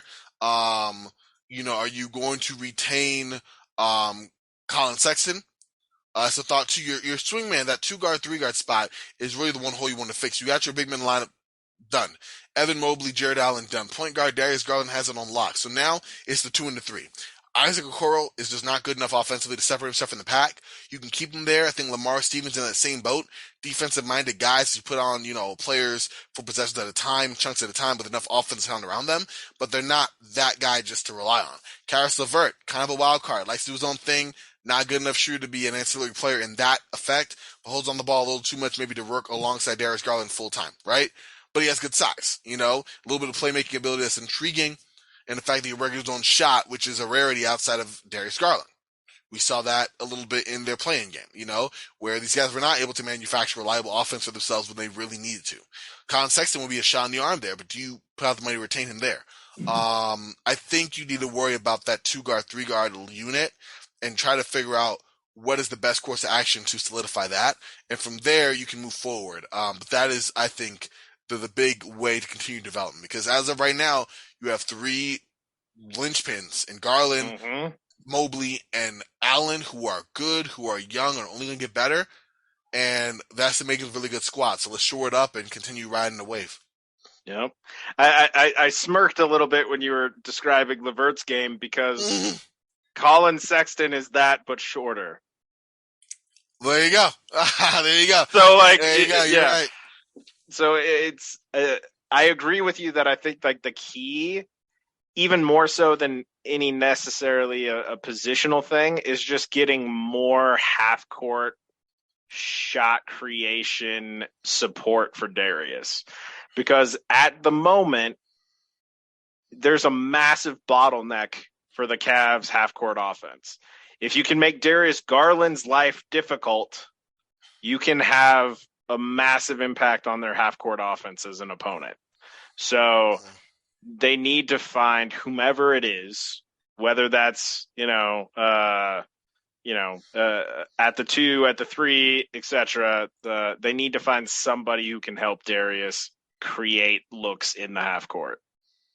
I like that. Yeah, and not doing the way they hijack the team's offense. And the fact you said about Colin Sexton, Yeah. great point. Great point. I didn't even see it. If you're just getting a younger, smaller version of Karras, maybe that's not the direction you want to go.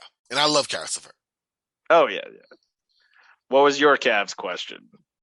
Well, I mean, it was again. Wow, I was really like on the money, spot on with some of these. It was can we get the Cavs some wing help, please? Again, just eye on the pressing question, finger on the pulse of what's Yep. really happening here, Josh. But that's really it. I think that it was a glaring need. We saw that down the stretch as the Cavs were battling injuries. Even to the big men, you could still see it when you're playing Larry Markin at the three. You know what I mean? Yeah. We saw it in the playing game. We saw it when they were making moves to acquire Karis LeVert when Ricky Rubio went down, when you needed some additional scoring, some playmaking, and the best available guy that you could trade for at the time was Karis LeVert that matched both of that, even if he didn't do it perfectly in either area. You know? Mm-hmm. So this is the big issue. This is where they need to focus on for sure. And hopefully that they can address that, whether it is a guy like a Malachi Branham, you know, in the draft, or a guy of that ilk, or if they do go in free agency. I would not recommend free agency for what they're looking for. Just looks a little dicey. If you had seen Josh's face when I said that, it was the definition of, ooh, this looks like dicey, you know? Yeah, So yeah. it might be more toward the draft. And if it is someone of that ilk, I would like that. I say Malachi Branham because he does fit size, some playmaking potential, can score in the mid range, good enough shooter. You know what I mean? Can grow a little bit more on that end, but it's someone who could fit in a spot of need directly. So that's where I would go with that. But yeah, Yeah. we saw the issue. Yeah. It's a pretty clear one, and Mm-hmm. I think their best chance at filling that is at 14 in the draft. Is that going to move the needle enough for them to make another leap next year? And therein lies the question. That's where maybe they can get something in a sign and trade for Colin Sexton. Maybe they can at least back up Darius a little bit. Maybe they can bring Ricky back on a vet deal. If Ricky's healthy again, Mm-hmm. but they really need to figure out that other shot creator in the half court offense in the starting lineup with Darius. And while LeVert and Sexton can get themselves shots, they don't really get teammate shots. Yes. There you go. There you go. And that's something that you also need to nail in your quest of building a contending playoff team. And I think we're seeing the Cavs, approaching that status. Yep.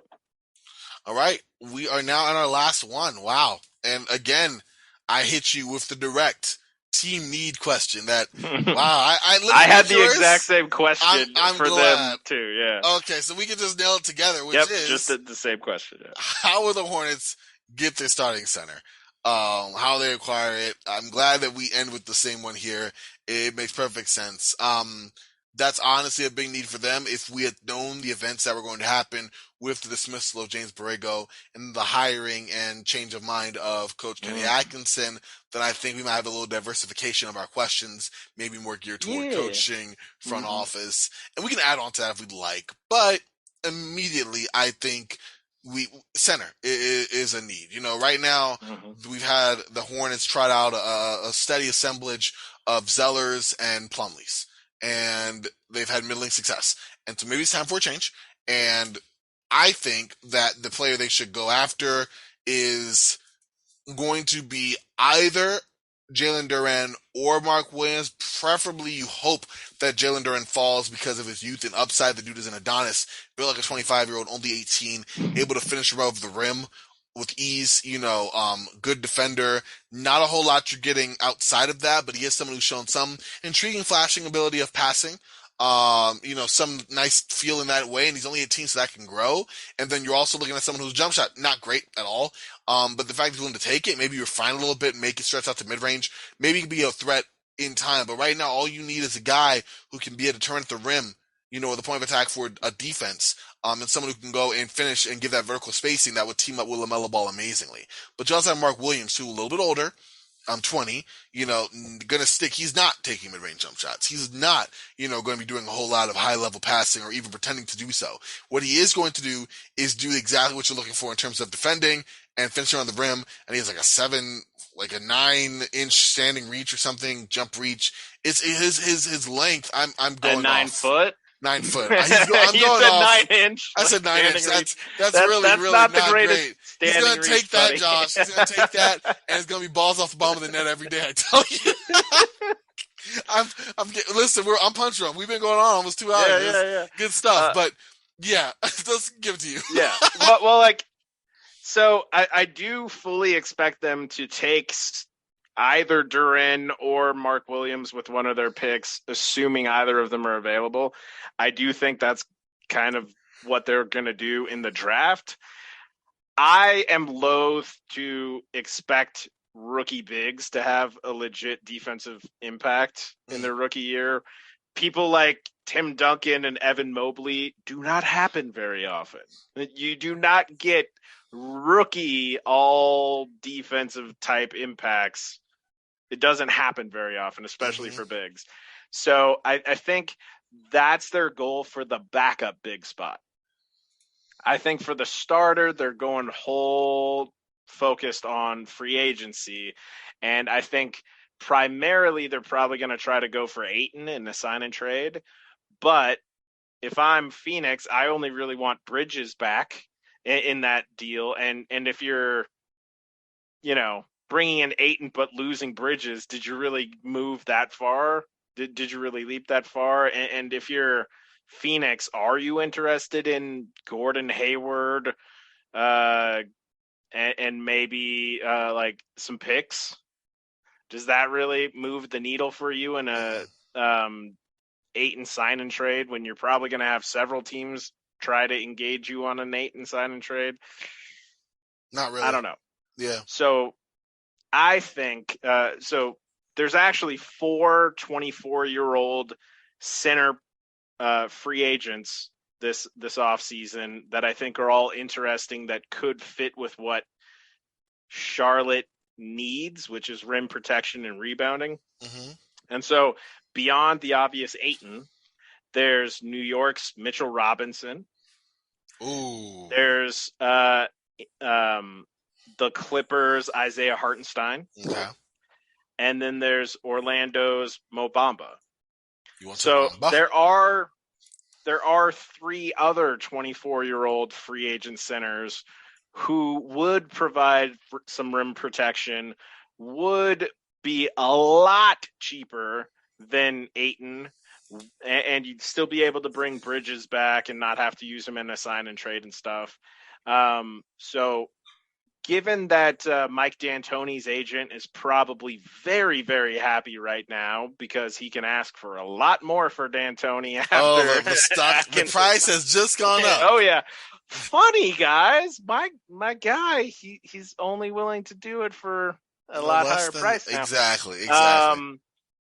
But I think the most interesting one to me, and I'm a big Isaiah Hartenstein fan, and I want to see him get a chance to be a starting center somewhere. But I think if you're the Hornets, I would focus more on signing somebody like Mitchell Robinson, especially if you get D'Antoni as your coach and you have LaMelo Ball, Bridges, Bouknight, and like PJ Washington and Mitchell Robinson running the court.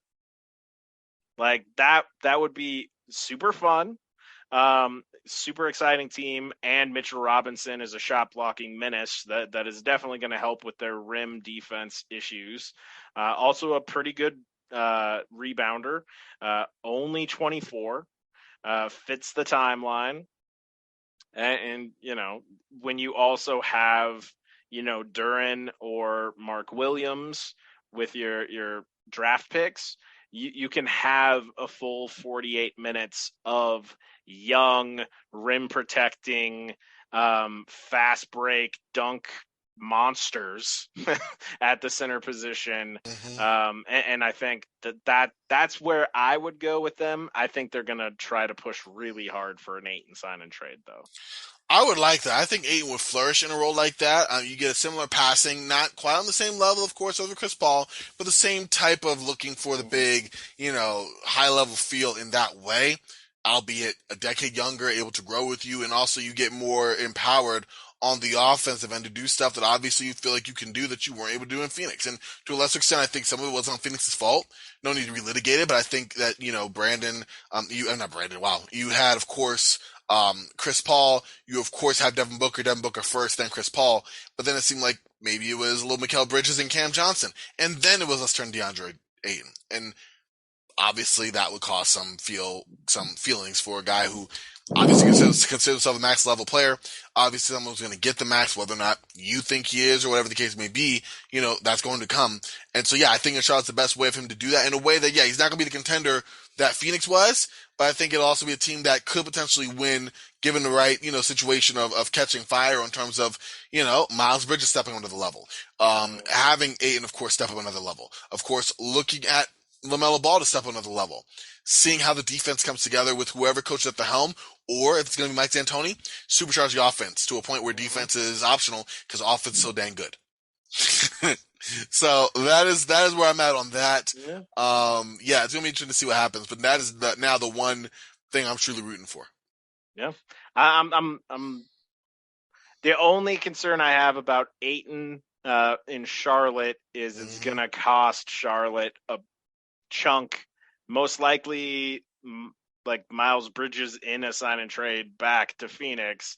Um, Now it's possible that they're just like, "Hey, Phoenix, we'll give you a whole bunch of picks," and Phoenix is like, "Okay, that's possible." But if you're Phoenix right now with Chris Paul, Devin Booker, Mikal Bridges, Cam Johnson, Jay Crowder, and everybody, Is that are you something are that you you're? are you doing picks, or are you like, no, we need somebody who's coming in right now, and we're going back to the conference finals at the very least? With Chris Paul at the helm, you have to expect nothing less. Exactly. You know, So, last year before his non-guarantee isn't a thing you have to consider.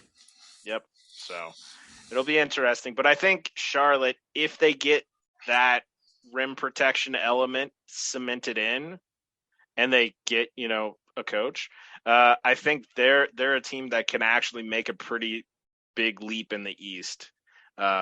Assuming they keep Bridges and they add that rim protection for 48 minutes, I think they can actually make a nice little mini leap.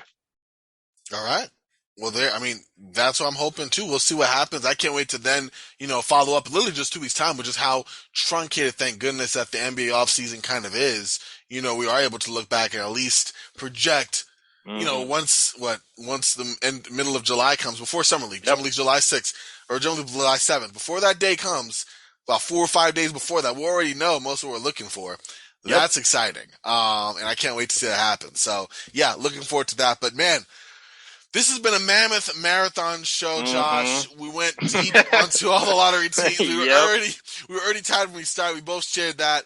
I don't think it changed, but I know for me, I wouldn't change it for a thing. I appreciate being able to glean odds from you and just talk ball and exchange ideas, man. It's always a blast. Always a pleasure chatting with you, my friend. It always makes for a fun end to the day. So I appreciate you whenever you allow me to come on to Oh, your podcast. absolutely, man. And we got plenty more coming up down the pipeline, obviously. So a lot of excitement there for sure. But listen, y'all, make sure, please, you are not doing yourself a favor if you are not following Josh on Twitter. Make sure to do so at 2RedJEarl. Check out contextual scouting while you're at it, or Your not hoops your hoops career career. Thank you, dot caught me com. there. Yep. Okay, check that out. because your boy is forgetting here. Check it out. There's a Hakuna lot of Matata. good stuff there. I appreciate that. I love that phrase. But anyway, like, check it out, y'all. It's a lot of good stuff there. Learning from literally one of the great minds here. As you see, I do every time I have him on the show. Please make sure to do that. You can follow me on Twitter. Much less illuminating, but still nonetheless entertaining. At Corbin NBA. Make sure to do that. Any hot takes? No Russell Westbrook career projection tweets this year. I said he was going to shoot 36% from three last year. He shot 29%. So yeah, we're not doing that again. Thank you, Josh, for that. Not going to happen again. But make sure to check me out there as well. Definitely would appreciate it. Listen, it has been a blast. You will catch me here real soon. We are scoring the draft league. By the time you hear this, tomorrow is draft day. We'll have draft recap coverage. You can bet your bottom dollar we'll have Josh back on here again soon to recap hopefully some of that action as well. But until next time, y'all, for Josh and myself, we are Frosty. Y'all stay frosty, and I'll talk to y'all real soon. All right, y'all.